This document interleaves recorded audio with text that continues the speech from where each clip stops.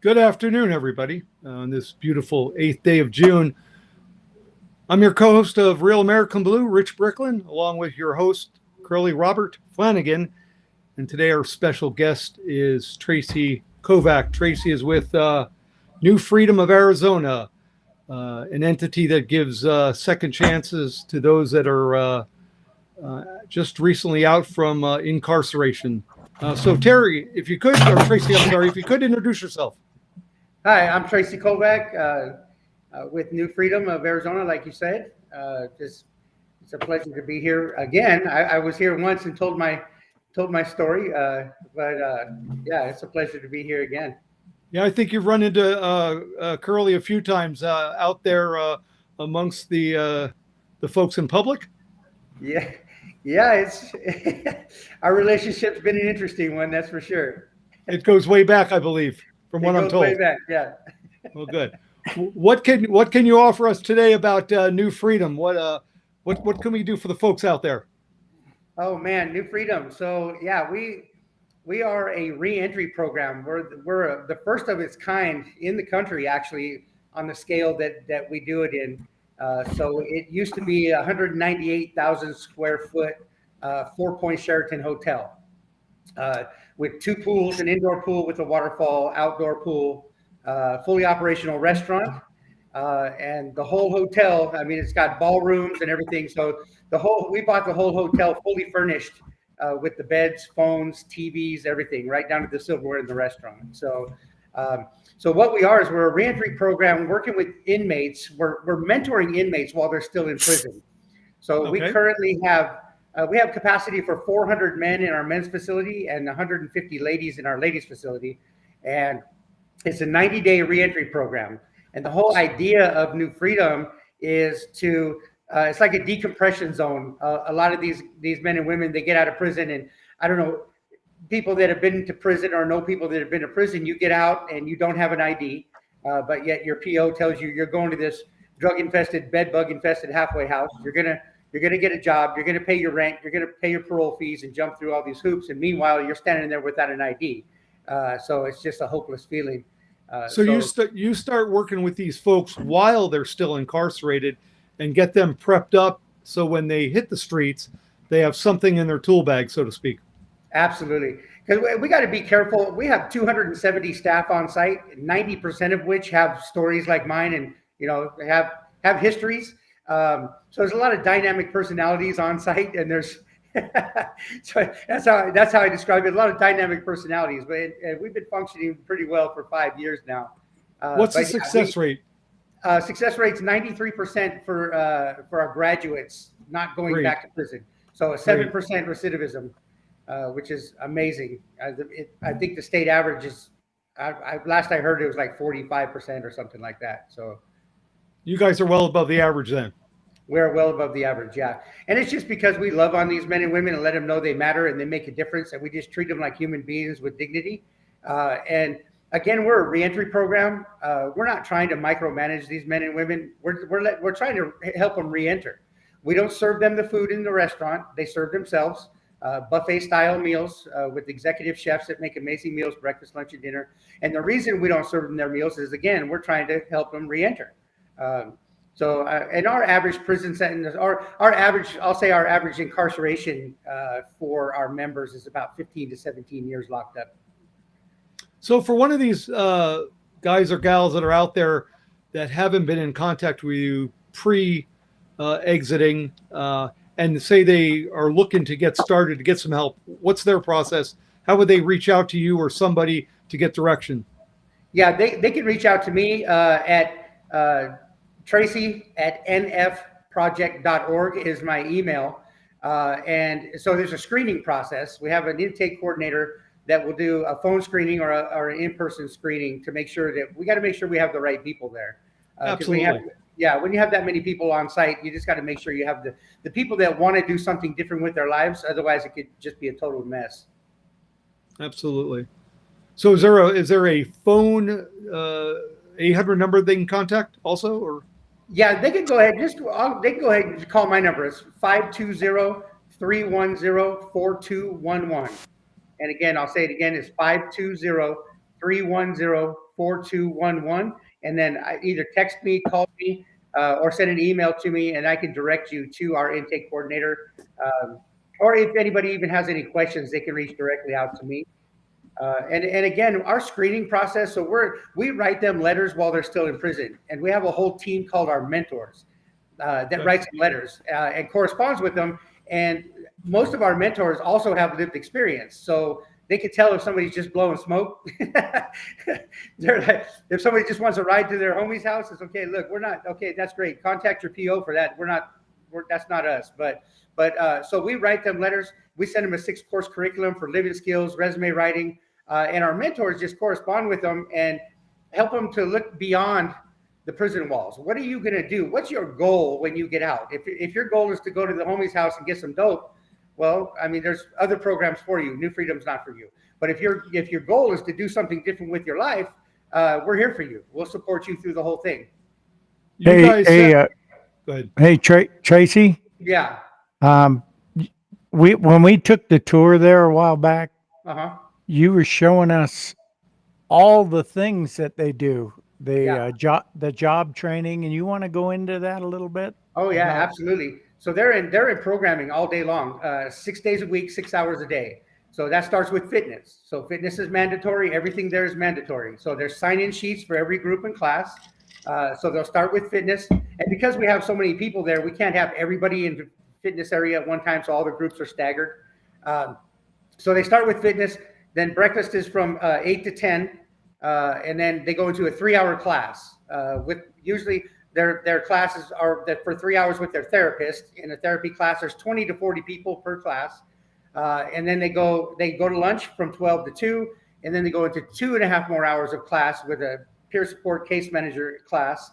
And then dinner is from 5 to 7. Now, we also do vocational classes there. So, that's probably what you wanted me to talk about. So our vocational training there. So New Freedom has a very awesome vocational training class. We do culinary, electrical, framing, CDL, peer support training, GED, getting ready to start an HVAC class and an advanced electrical.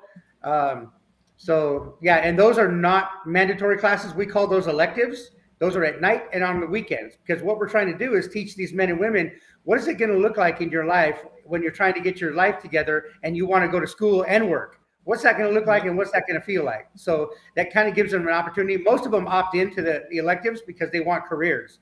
And we're working with about right now about 225 employers that are hiring all these men and women when they leave our program. Great. One of the things that's kind of difficult is once you leave prison and you have a record with a conviction of a felony, it's tough to get a job.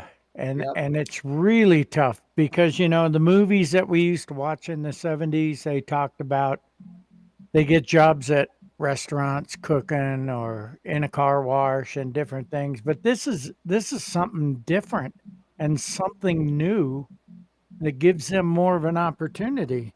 Absolutely.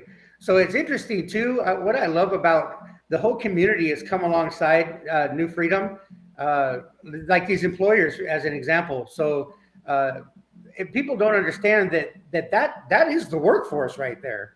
So the baby boomers are timing out. I mean, all the baby boomers, they're getting ready to retire. All the kids want to be TikTok sensations. So who's going to build? Especially here in Arizona is growing huge, fast. Right.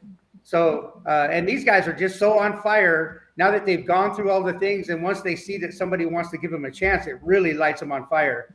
And so these employers have actually come alongside them. And I've talked to many employers that will tell me, well, our HR department will have to do a background check. And I'm like, okay, well, I mean, I understand that, but everybody here has a background. So I can save you the time and money right now. Everybody here has a background. So some of our employers have actually changed their policies to where they already know our population has a background. They look at their backgrounds just to make sure they're not, something ridiculous.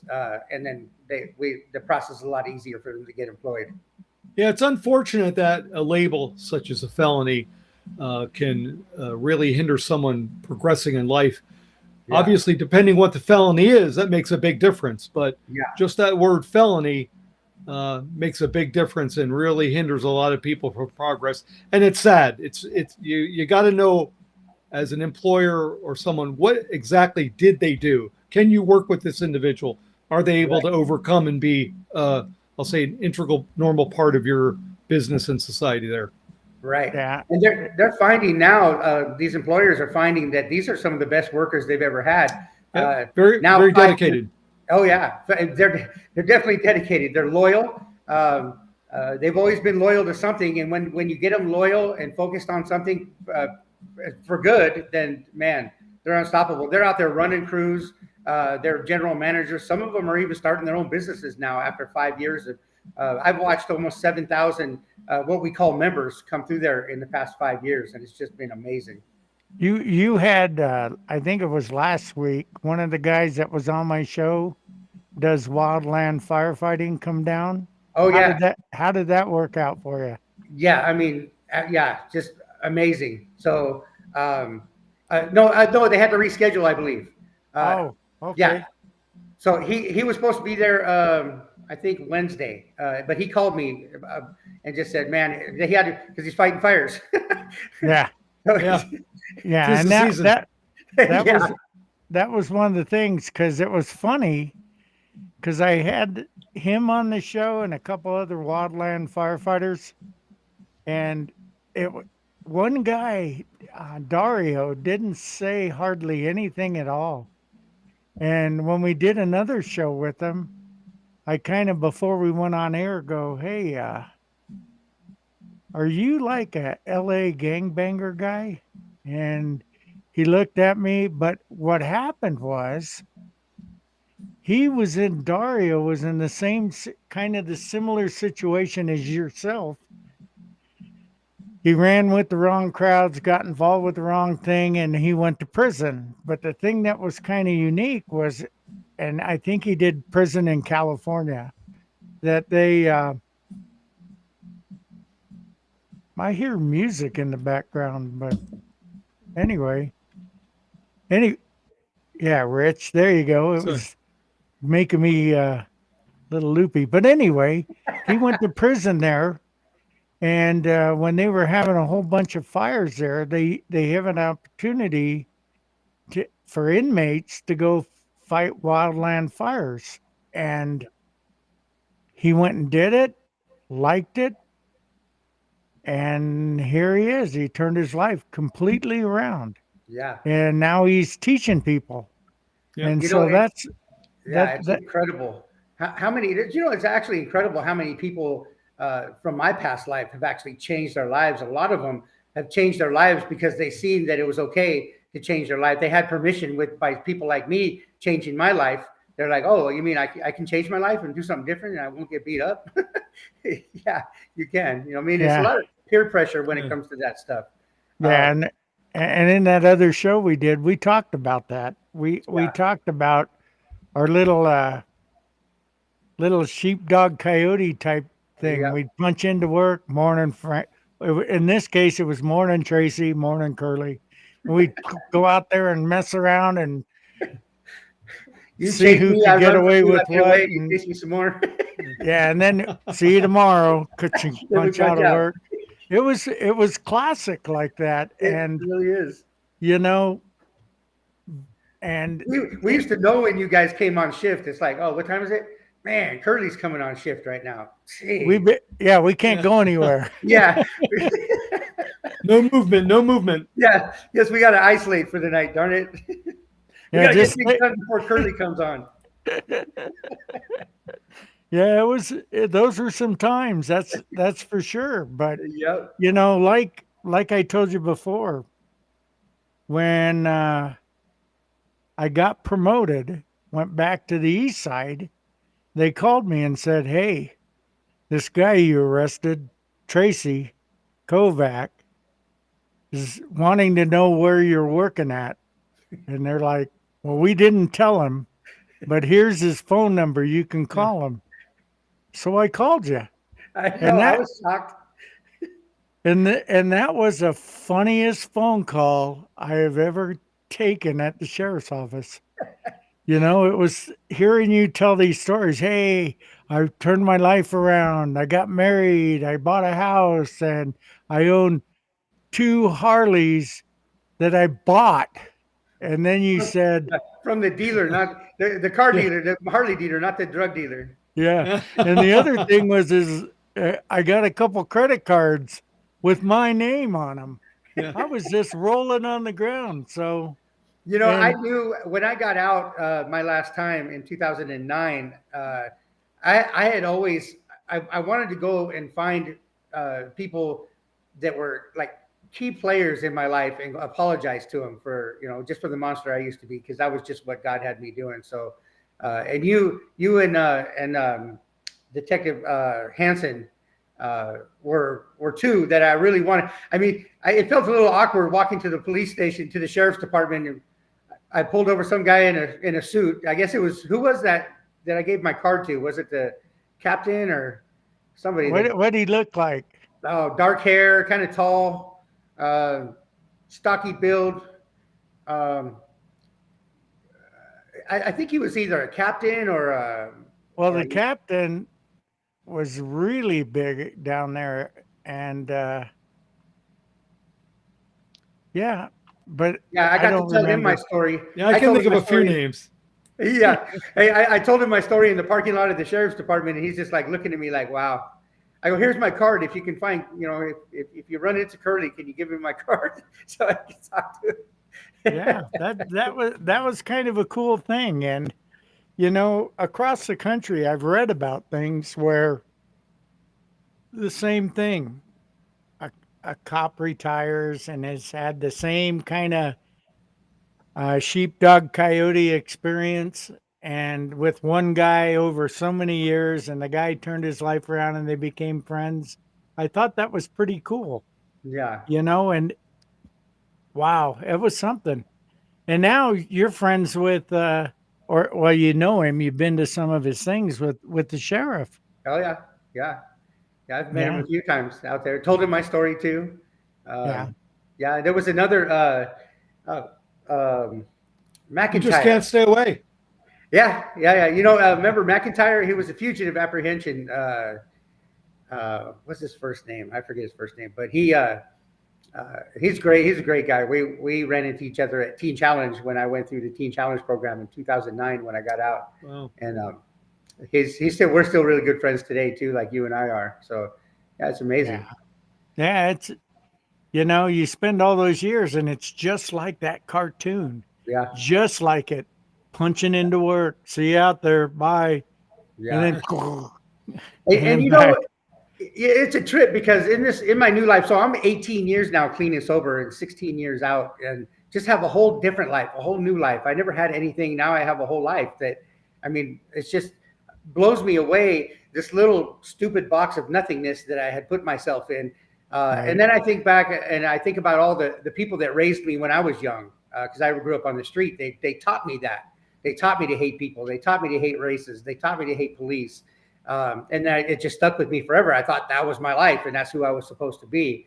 But I was wrong. And that's one thing that happens at New Freedom too. So, because there's so many, I mean, there's some serious gangsters that come through New Freedom, guys that I did time and crime with back in the day, that come in there. And when they first get there, they kind of look at me like, "Man, dude, you're still doing this thing, man." And now I go onto the yards and I speak on I go out to all the yards and we do little concerts on the yards, and I get an open mic and get to speak on an open yard and tell my story to all these guys. And man, it just blows me away. And to see these guys come in and then see me still doing this and then watch them grab a hold of that. And now there's so many of them are just being successful, and it's a ripple effect. So because now they're going to go, all the people that thought they were like all that are now going to follow them. I mean, I had one kid come to me and go, "Dude, you know what, Tracy, I always wanted to be just like you." And he ended up being just like me. He got white power and bolts and all that. And I looked at him and I said, "Well, we're not done yet." "What do you mean? You always wanted to be just like me." "Well, okay, we ain't done. So keep going." So, and he's out there actually doing really that's well good. now. That's good. Yeah. I know that, you know, sometimes it takes many years for a guy to wake up and say, this is wrong. What I'm doing is, Yeah. we talked about it a little bit. My brother, he passed away uh, years ago now. I don't know how many, but he was successful in real estate, making money, but he got addicted to drugs. First cocaine and then heroin, and then he died of a heroin overdose in Scottsdale Hospital. And I remember that Yeah. because I got a call from a Scottsdale sergeant who told me about it.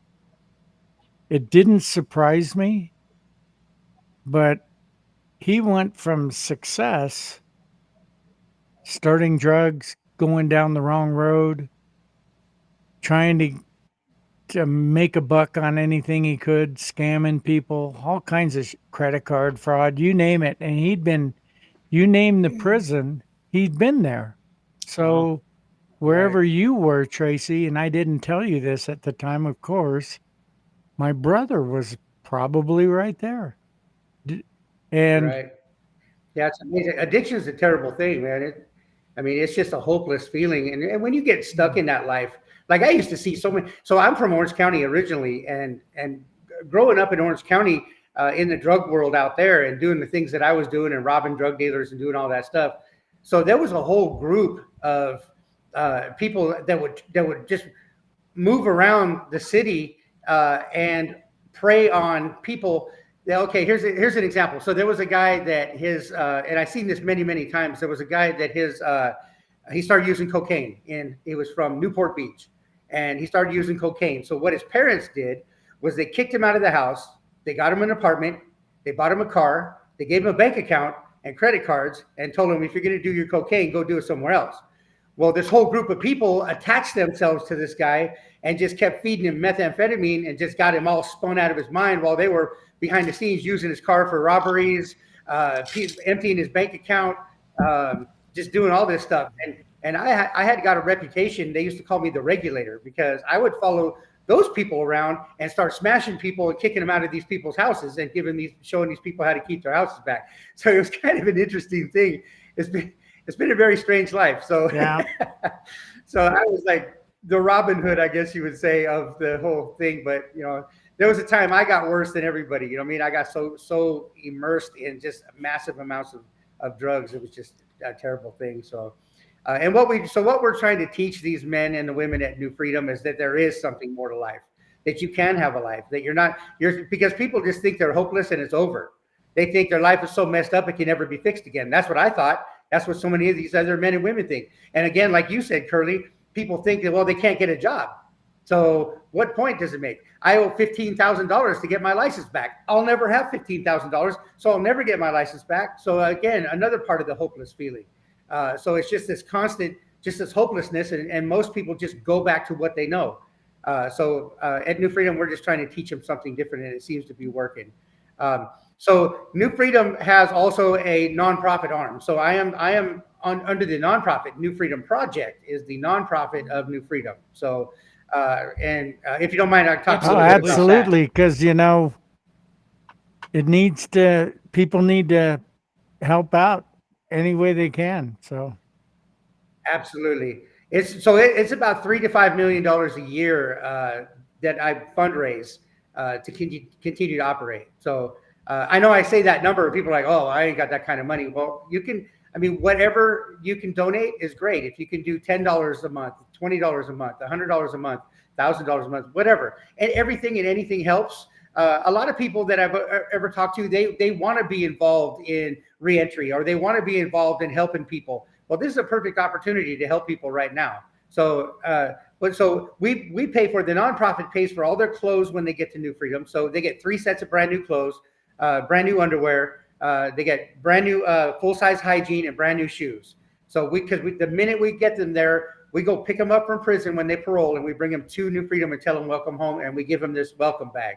And the reason we do that is because we want them to feel dignity again. We want to get them out of those prison clothes and let them feel like somebody again. And all of that clothing and the hygiene is paid for through the nonprofit, through donations I'm just asking, for people to help. Also, we pay for their first week's rent. The nonprofit pays for their. So this is what happens. So once they go through our program, we're working with about 165 sober live-ins, three-quarter houses, and halfway houses in the valley that are taking them all in. They're all leaving with jobs, so they're going to these halfway houses, and then the nonprofit New Freedom Project pays for their first week's rent. Okay, so because they don't work while they're at New Freedom, they don't work until the day after they leave. They already have their job set up with these employers. So the day after they leave, they start their job. We pay for their first week's rent at the halfway house, and then the house floats them on the other half. So now that's a huge cost. Now think about this. So it's about $200 for the first week per person. We graduate 120 a month. So do the math. So that's just for the housing, the food that they eat in the restaurant. So all of that food is paid for through the nonprofit. The housing there's 248 rooms. All of that is paid for through the nonprofit.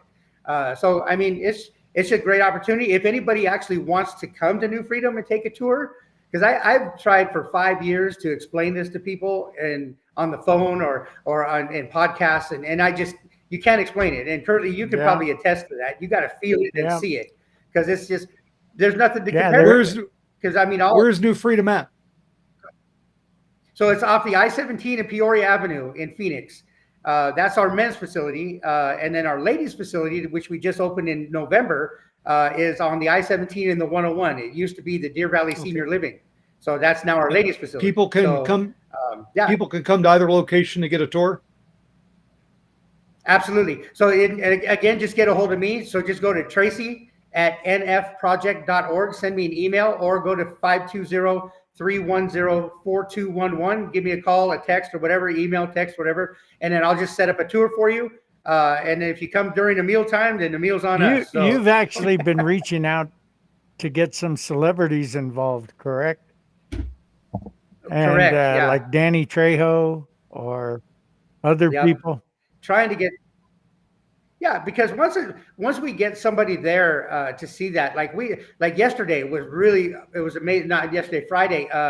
Robert Kiyosaki actually came in from the author from Rich Dad Poor Dad that wrote the book Rich Dad Poor Dad. So he actually came in and actually got tears in his eyes when he was like, "Wow, I've never seen anything like this." And I'm like, "I know, it's pretty cool, huh?" Yeah, but it was kind of interesting. Everywhere when you gave us a tour and we were walking through, and you went to introduce people to me that were in the staff and different people there, and they're going, "That's the guy that drove the tank through your house? That's the guy that drove the tank." That everywhere I went, that's all it was. I go, "I didn't drive the tank. The SWAT guys drove the tank." And it wasn't a tank, it was the bear. It was a bear, armored car. Yeah. So that was pretty interesting, and it's a good place, and I can tell you, I encourage people, go check it out. And if you're out there like these rich guys that don't have time of day to come on my podcast, like Joe Rogan's show, or what's that other guy's name, or like Mike's, or Zuckerberg from Facebook, and all these real rich guys, and even Elon Musk. You guys, this is a good program. You want to help cut crime down, do programs like this. I had that guy on here a while back, John Kafos. He's working up in DC. He was an attorney that actually went to prison. He had a successful practice. He had it in New Jersey, and I guess over on the East Coast in New York or something. And he was like a defense attorney, a gang or organized crime type of an attorney. He lost it all one night. He hit a guy when he was drinking and left, and they ended up catching him. He went to prison, and he realized what a challenge it is. And changes your whole life. Yeah, it does. One one thing Yep. for like Rich or me or anybody that doesn't live in that element, you have one thing and it can just devastate your whole Yep. life. It's over. Yep. When I got out, I couldn't even get an apartment. I mean, if you go to these apartment complexes, they'll have right on the desk in the front office different crimes that you can't have in order to get an apartment there. Blows my mind. And so I had to actually get my credit score up high enough to where I could Yep. just buy a house. Is the only way that I could do it. So yeah, Yeah, pretty well, crazy. you got two houses now, right? Two houses now. Yeah, yeah. I get to rent one out to my wife's niece until her credit score gets high enough to buy it. So, I mean, that's just a blessing in itself. I mean, Yeah. who would ever thought that I would own two houses? Yeah, well, Uh, that's the crazy part. It goes back to that story when we talked on the phone. You're not going to believe this. yeah, Flanagan, I got a, and I I got a was just life. sitting here in shock. And then I called him to come talk to my squad. And it Oh was, man, that was interesting. You had all these young eyes watch it. They were rolling their eyes. They're doing all this. But then towards the end, they were like paying attention yeah, because, cops, when you're doing shit like this for years and years and years, you wonder if it's ever successful, So, yeah. right. if it ever leads to something better. Yeah, like what's the point? Hmm. Yeah, and I remember that's I always use that. That was one of the roughest crowds I've ever spoke to in my life, and I've spoke a lot of places Yeah. because I was cracking jokes. I was I was being funny, and everyone was just sitting there. Yeah. And I was And then like, man, they kind of opened up. The other training thing we did there was I used to have all the squad guys. Everybody on the squad, we do a briefing training. It was like 10 minutes. Somebody picks a topic and talks about it. Well, everybody would have their turn in the barrel. Everybody. They would go around the room and they talk about something. Well, one deputy, he talked about police suicides oh and wow, actually did a really good presentation for the time allowed. And after it was all over, it was quiet in that room. Nobody talked about things. And it was crazy because I pulled him aside and I said, "Hey, dude, you need to write this all up. We need to get AZ Post to train this, to talk to people about it because there was nothing at that time for law enforcement and that kind of thing." So it was good. And then having you come in, that was funny as hell. yeah, So, yeah. I remember that one guy cracked a smile when I hugged you, and I go, oh yeah, guys, I don't suggest you hug your sergeant. And that one guy cracked a smile. oh yeah, The tall, skinny young guy that was all the way towards he, the back on yeah, your row. yeah. I think that's the guy that actually did the training on suicide and that type of thing and mental health. So, Yeah, it's a huge thing. I mean, people don't think about law enforcement and the things that you guys go through. I mean, the drug addicts, we're just all spun out on drugs. We don't care if we live or die anyways, but you guys are out there doing a job. You're paid to do a job, but your heart's got to be in it for you got to even do the job. And it's just got to be, I mean, it's got to be treacherous, just devastating in some cases, you know what I mean? Because it's just this constant seeing people who what I used to be every yeah, day, constantly, all yeah. day But long, just and it on. was like you go 10-8, leave the district, drive out east, park up the street from Tracy's house. Yeah, Ah, what's going on Side over of the there? road. Yeah. Hey, look, there's a guy on a yeah, Harley leaving there. Go get him. And it'd be you. And what was yeah, that you used to say? It was yeah, funny. We'd get you for suspended license. We'd get you, every and it time. was funny because um, you said you're doing 10 years, 10 days at a time. Yeah, because you guys took me to jail. You didn't have to take me to jail every time, but you did just to make a point What? and impounded my car. There was a time. So back in I think it was 1998. I think it was, or let's see, no, let's see, 19, yeah, maybe it was 98, 99. I had gotten stabbed, and I had got air vac to Scottsdale Memorial. I think it was called back then. They air vac me there. I got stabbed 7 times, and I was drunk. I was like, I had a 3.0 alcohol level. I'm like, I didn't even know you could. The doctor goes, you should be dead from the alcohol, let alone the stabbings. So I go, okay, well, and so then a detective comes in and he goes, hi, Mr. Kovach. Yeah, I want to talk. Or you want to? It was it was my older brother that actually we got into it. And it was him. So the detective tells me, well, I'm here so you can fill out this paperwork so we can file charges on your brother. And I'm like, I'm not filing charges on my brother. Get out of here, dude.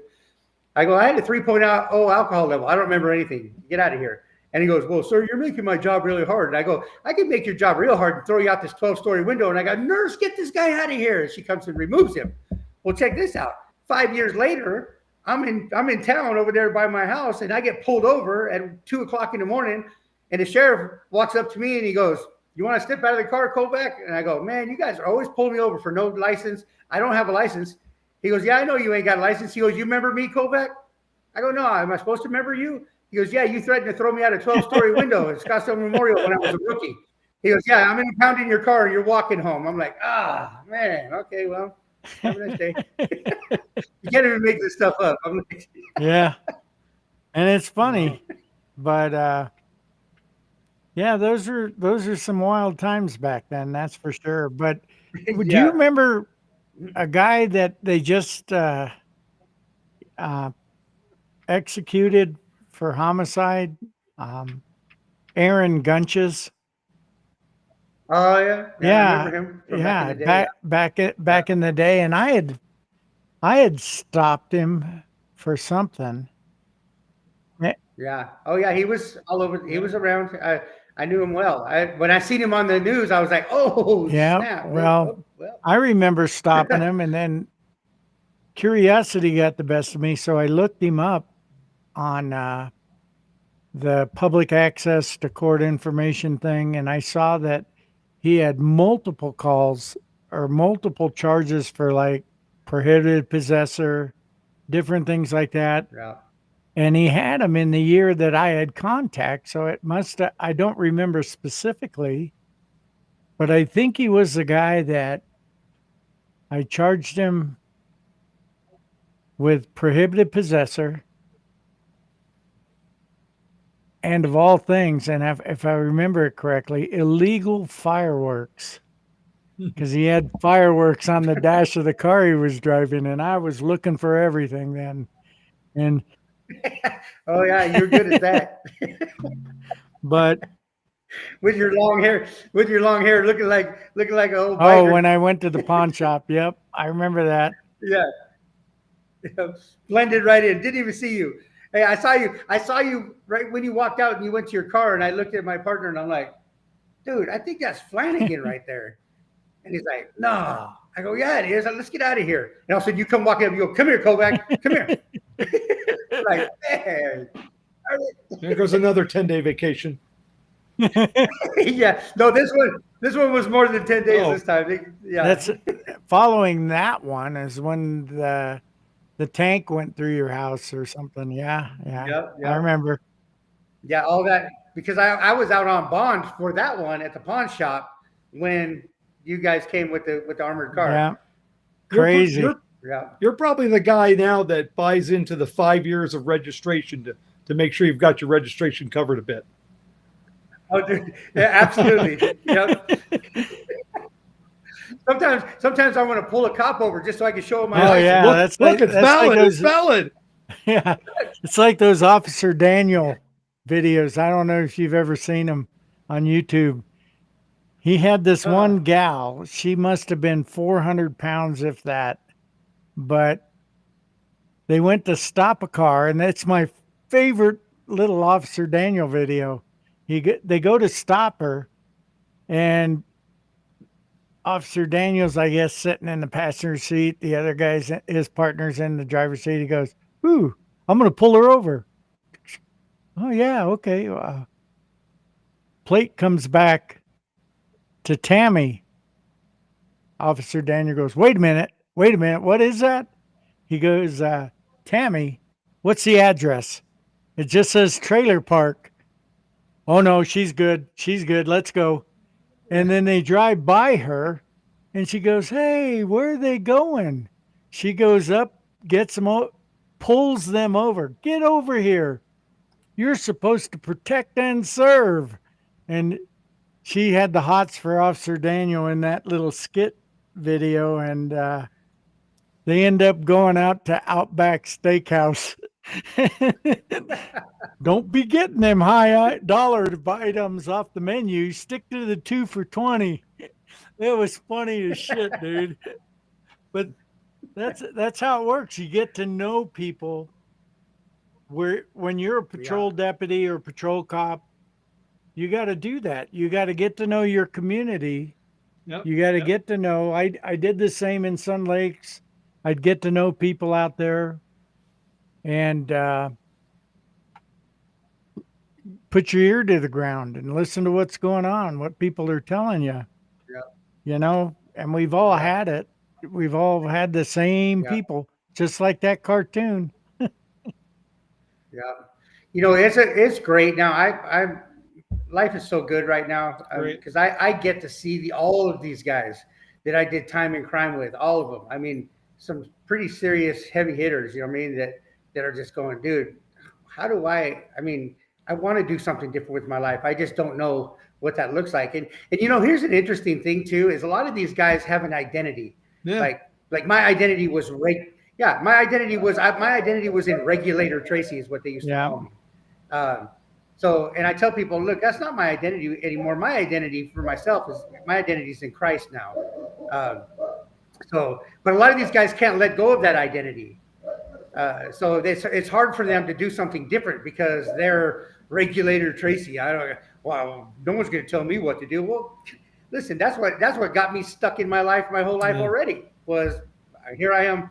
I know some pretty heavy hitters right now that are getting old, busted up, can't even walk anymore, still doing dope, but they can't let go of that identity. So they're never going to get help because no one's going to tell me what to do. Well, how's that working out for you, bro? You know what I mean? Listen, you're old, you're broke up, it's over. I mean, come on, dude, that life's played out. And it's just different nowadays. I tell these guys all the time, it's not the same as it used to be. I mean, it used to be, and I'm not going to lie, I mean, back in the day, the first 10 years from the time I was 14 to 24 I was 10 feet tall and bulletproof. Well, obviously I wasn't bulletproof. I got shot twice, but I was 10, but after that 10 years, then I got stuck.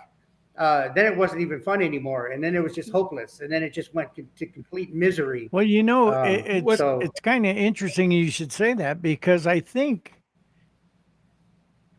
pretty much everything out there,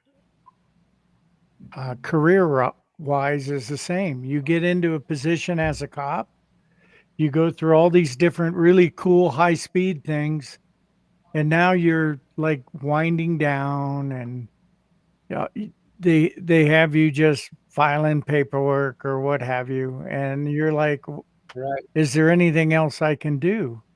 And it's the same for guys that are in the criminal profession. They go through the same thing. Movie actors, everybody goes through it. You get old. Life's everybody. What's the average age of the kick out that you're dealing with? And what's the mentality difference of those guys that were in prison, jail 10, 15, 20 years ago compared to what you're getting out now and how they're receptive to you? How's that generation gap? How's that affected how you're helping people? Explain more. Expound the on kickouts that you're dealing with. What's the age, average age that you're dealing with? And is it tougher to deal with the younger guys, 20, 25 now than what was 20 and 25 back 15, 20 years ago? Oh, I see what you're saying. I don't know. It seems like the young kids, they're not as, I mean, back in my day, it was like we were all in for like, it was kill or be killed type thing. Nowadays, it's not so much. It seems like the youngsters nowadays, they don't listen. I mean, but I never listened when I was a youngster either. But they're not as sold out for that worthless cause as a lot of us were. Yeah, because back in the day, it was a thing. I mean, it was cool. It ain't like that no more. It's just a hopeless thing. I mean, back in the day, it was like you're gonna get in this. If you go to prison, you're coming in, or you're getting stabbed. But now it's not like that. You can go to prison and just do your time, and stay away from everybody and everything. So I mean, it's different.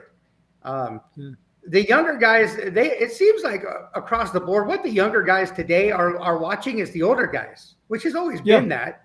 But a lot of the older guys now are starting to come out of that. And they don't want to do that anymore. And life has changed. I mean, the world has changed now. There's cameras everywhere. Everybody's got a cell phone. DNA, all kinds of crap out there. Oh, it's just so many things. I mean, back in the 80s, I mean, they didn't even have phones. They didn't have cell phones. There wasn't cameras everywhere. We got away with some things. You know what I mean? You can't get away with. I see these people that go into these stores and rob stores, and I'm like, with no masks on or anything, I'm like, how stupid are you? Like, but then I think about it. When I was doing all my drugs, I never, ever watched TV, ever. The only thing I watched on my TV was my security cameras. I never knew. I remember that. I remember that. Hey, what's on TV? Well, let's look. Oh, hey, there's that tank outside the front door. Flanagan. There's Flanagan out there too. What the hell? But so it's interesting because I never watched the news. So I never knew what was going on in life, in the world. Although life around me was happening, I didn't know. Like, I mean, I didn't know there was cameras here. I didn't know there was, I mean, I did. And so I think about it. I think about a lot of these people that are out there doing these things, that are living homeless, and they go and do these crimes. They're not really aware of the fact that everybody's got cell phones and there's cameras everywhere. You know, I mean, a lot of them don't. Now it's getting more and more now, but I mean, for the longest time, they just weren't aware because they didn't watch TV, didn't watch the news. So it's interesting. So, because I think about all the things that I didn't know just because I didn't see them, but that didn't mean they weren't there. Yeah, it's come a long way, but now, you got all kinds of crap going on. Cops today are doing things where in some communities, they arrest somebody for violent crime. The next day, that guy's out on the street doing it again. You know, programs like yours, this New Freedom, having toured the place, it does things. And you know, the only thing, it's like anything in life. If you got a like we deal with it, calls to a veteran's house that's suffering from PTSD, what better person to talk to that veteran than another veteran? Same thing with law enforcement, same thing with anything else, same thing with what you guys are doing. You know, what better person to talk to these kids and these people coming out than people that have been there, done that. Absolutely. So, absolutely. So, awesome. Yeah, it's a blast being there. I mean, it's a trip because I never thought that all of my stuff that I did in my whole life could be like a PhD. Yeah. Who knew, Hey, right? you know, maybe like Phoenix College has some kind of a thing where you can put your life experience in like a vet does, or law enforcement, same thing. You can get signed off on some classes and you may end up with a degree. Get a teaching certificate. And there's a lot of our guys. I never went to school ago. I took the pre-test. One of our staff, who also has lived experience, a lot of our staff at New Freedom are enrolled in college. But I had never gone to school. So I didn't know. I mean, I don't even know what algebra even looks like. And I had one of our staff was taking a pre-exam for her school. And I go, well, let me see that. I want to go through that. I want to see how much I can answer. Dude, I was like, what the heck is this? I definitely going to need a tutor for that. Because You went to the real school. You went to street school where you really learn things about life, out of the Yeah. book. You're talking about algebra. How many Right. of us really ever use anything more than Yeah, simple I math? I Yeah. haven't. Yeah, I haven't used that, and I even struggle with real math sometimes. I Yeah. have to take my shoes off. Yeah, I tell people all the time, we got, and especially people like us, I always tell them, look, guys, we got PhDs in life. The Yep. things that we know and the things that Absolutely. we've seen and the things that we've done, you cannot learn in a book. So No. if you can take all of that knowledge right there and put it towards good and then learn, like I've learned now, I never knew anything about corporate stuff until now. And I'm like, wow, corporate's crazy. Yeah, Write a book. yeah, But now I see I have the knowledge from my past life and the knowledge from this life now. So I mean I'm always telling people, look, I am an absolute expert in addiction. 26 years of meth and heroin and everything else and everything goes with that. And I am an expert in recovery because now I'm 18 years completely clean and sober. So I mean that would make me an expert at both of those things, Yep. in my opinion. yeah. It gets to that point. It really does, and these Yeah. these guys should be listening to you. Hey, I was going to ask you. You say you contact people when they're in prison. Is it something that Yeah. they reach out to you, or do you? How does that work out? Where you start the letter writing? Well, we prefer they reach out to us. We're currently writing letters to over 8,000 inmates right now in every prison in Arizona. It's amazing. We prefer they reach out to us, but if there's somebody out there that has somebody that's incarcerated that's not writing us, or I mean, even if there's somebody on here that knows somebody that's incarcerated, ask them, are you currently being mentored by New Freedom? Because most likely they might be, because like I said, we're mentoring 8,000 inmates right now. So, but if they're not, they can reach out to me again, and then we'll put them on the mailing list, and we'll assign them to a mentor who will start writing them. Do you? So, and also to go to the New Freedom website, you can go to www.newfreedomaz.com. That'll take you to the New Freedom website, and then the New Freedom Project, which is the nonprofit, is nfproject.org, and you can go on there, hit the donation button, and donate. And you were going to say something? It skipped my mind. It's an Okay. an old guy thing. It happens to us all the time. Yeah. It may Yeah. seem like we're interrupting, but if we don't get that thought out there, gone. I know what it is now. I know what it is now. I was Okay, going to go ask, ahead. at what point of their incarceration do you start mentoring them? Is it a year before they exit, 2 years, 3 years? It can be any Okay. time. So Okay. we got guys we've been writing to. I mean, our nonprofit existed years before New Freedom Building existed. So there's people we've been writing to for years. Okay. We prefer to write somebody for a minimum of 9 months, but our mentors are pretty good, and they can weed people out pretty good. So yeah. Okay. But What? I just want to reiterate, like, New Freedom Project, nonprofit 501c3. Oh, that's another thing too. So New Freedom Project is also a QCO, qualified charitable organization. So, and I believe this year, 2025, you get a tax credit if you file jointly. If you say you donate to New Freedom Project, $987. So the state of Arizona will give you a $987 tax credit, up to $987 on your state taxes if you file joint, and I think it's $460. I think for if you file single. What kind of money are you looking for this year, for 2025, to keep the doors open? We're $3 million is the goal. Right. Yeah. So, and I know there's a lot of people out there that really want to get involved, and you can look us up and come see the place if you're interested in donating. And if you really want to be involved in something that's really, really making a difference, and Curly, again, you can attest to that, and you have, and just come and see it, and then make a decision whether it's something you want to donate to, or look us up online. What was your direct phone number again? So my direct phone number is 520-310-4211. Okay.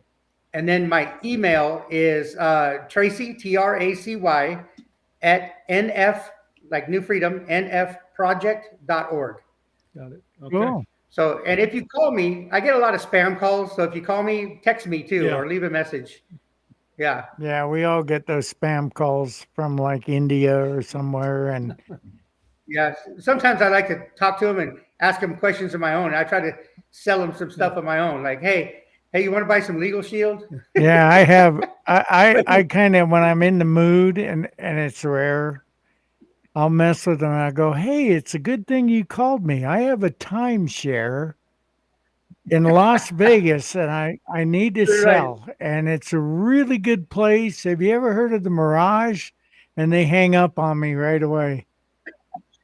I had this guy call me a couple of weeks ago with this really thick accent, and I said, "Well, what's your name?" He goes, "My name's John." I go, "You are not John, okay, dude? Stop it already. Your name is not John." Yeah, it's some funny shit. That could be a whole Can't make it show up. in and of itself. Yeah. But we'd have to Spam walk calls. gingerly. Yeah. Yeah. Yeah. Wow. Okay. Anyway, we're almost about out of time here, but you know, Tracy, it's always a pleasure talking to you on here, and Yeah, it's a pleasure talking to you, buddy. and you Hey, know, who have you're you got? welcome on here. What's Who that? have you got? I was going to say, yeah. Who have you got lined up for next week? Father's Day next week. week. Well, here, let me look. I Yeah. could tell you in a second. Yes, Tracy might want to watch in on that one. Yeah, isn't Yeah. technology great? Yeah, it is great. Yeah, I love it. It's great until it's not.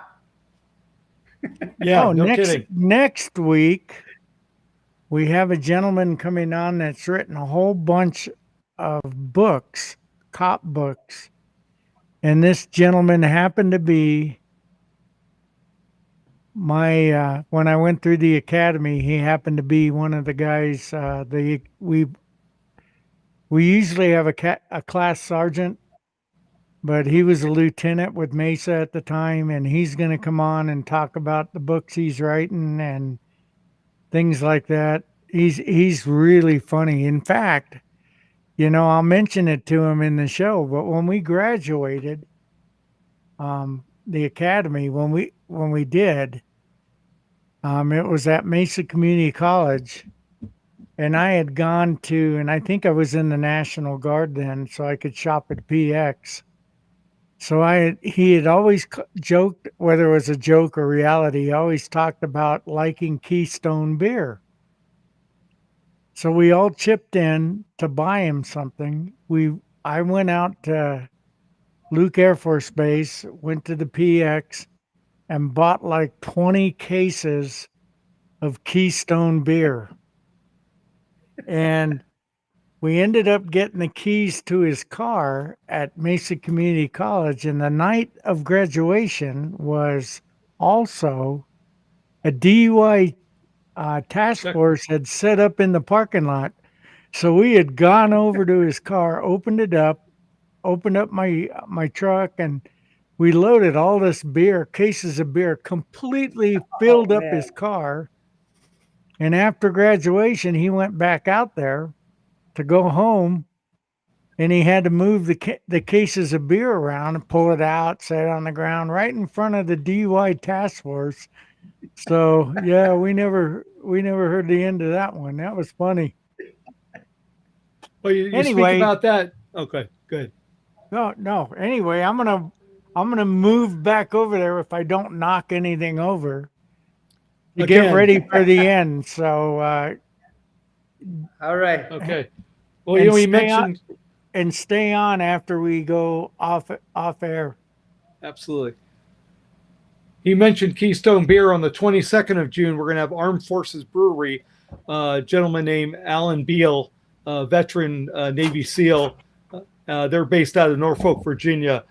He works along with Robert O'Neill, who many people may know that name, but if you don't, look it up, Navy SEAL Robert O'Neill. But yeah, Alan Beal will be on the 22nd.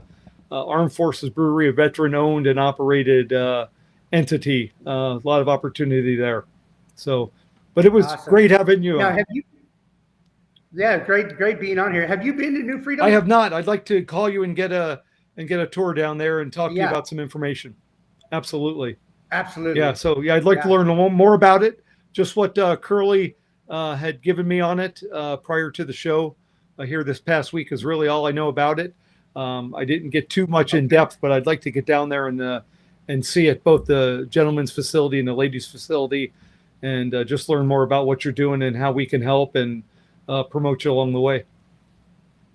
Absolutely. Thank you. And again, go to nfproject.org, hit donate. You can set up monthly, weekly donations. Everything and anything helps. And just for everybody that donates, thank you so much. You've come a long way. It sounds like you've got a well-oiled machine there, and things are going well with the program. And again, how long has that been? You said 16 years it's been in, or the program? 5 years. Okay. 5 years. Yeah. Okay, that's awesome. Yeah. No, I've been out for 16 Awesome. years. Okay. Well, it sounds like in 5 years you've come a long way and have made a lot of strides and helped a lot of people. Yes. Okay. All right. I think we're at the end here. All right.